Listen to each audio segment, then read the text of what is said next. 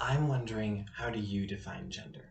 I don't mean the general you in a wider sense, I mean the specific you who is watching this video right now. Take a second to think about that. For me, personally, gender is a very ephemeral, shifting, vague, hard to pin down concept, and it's also not dependent on the way that you were born. But that is probably because I am trans and I'm a member of the transgender community, which is also the culture I'm presenting upon today, including my background within it, its status as both a low power distance culture and a low uncertainty avoidance culture, and its influence upon my communication with people inside the community and outside. For those not aware, being trans means that you do not identify with the gender you were assigned at birth. So somebody were born with male sex characteristics and was assigned a man by society, but went on to identify with a different gender, such as woman, they would be considered a trans person. The opposite of being transgender, is being cisgender, which is where you do identify with the gender that society assigns you at birth. So somebody were born with male sex characteristics and then was assigned being a man by society and went on to identify as a man for the rest of their life, they would be considered cisgender. I have known that I was trans and a member of the community for around over 3 years now, since sophomore year of high school. It can be stressful because as a minority, people don't really like trans people in a lot of situations, but I still like who I am, so I continue to be myself, regardless of the stress and fear that can be caused by being a minority. The trans community is a low power distance culture, which means that differences in power that exist between its members do not affect communication to a wide degree. Example of this is the concept of passing, which is where a trans person looks enough like a cis person that society treats them as such. And of course, that means that society treats them better because society likes cis people better than trans people in basically all situations. However, the trans community does not treat people who pass very differently from people who do not pass. So whether you look cis or look visibly trans, the community treats you about the same.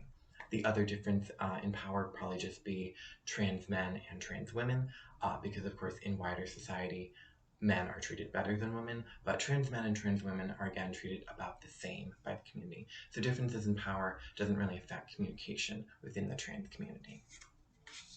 The trans community is also a low uncertainty avoidance culture, meaning that it kind of embraces chaos and puts rules to the sidelines and likes unpredictability. An example of this is gender fluid people. Gender fluid people are people whose genders change based on the people they surround themselves with or the circumstances of their present, or the day, or the time, or any number of other factors. And while this would be considered weird by society, the trans community embraces this unpredictability and embraces this chaos because that person, these gender fluid people, are trans, and as a community, we embrace them.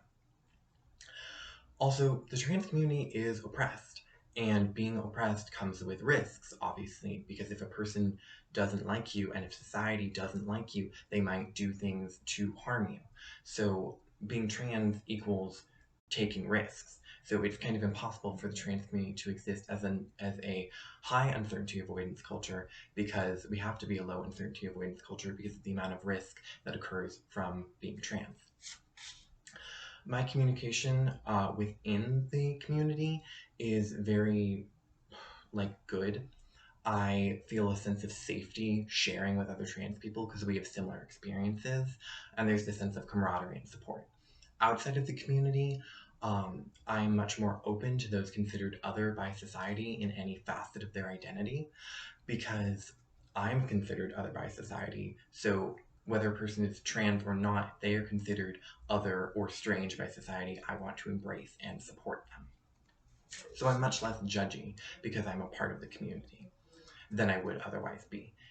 In conclusion, being trans is a big part of my identity, and so is the transgender community, which is both a low power distance culture and a low uncertainty avoidance culture. And I hope that if your definition of gender from earlier did not encompass the transgender experience, it can now expand to do so.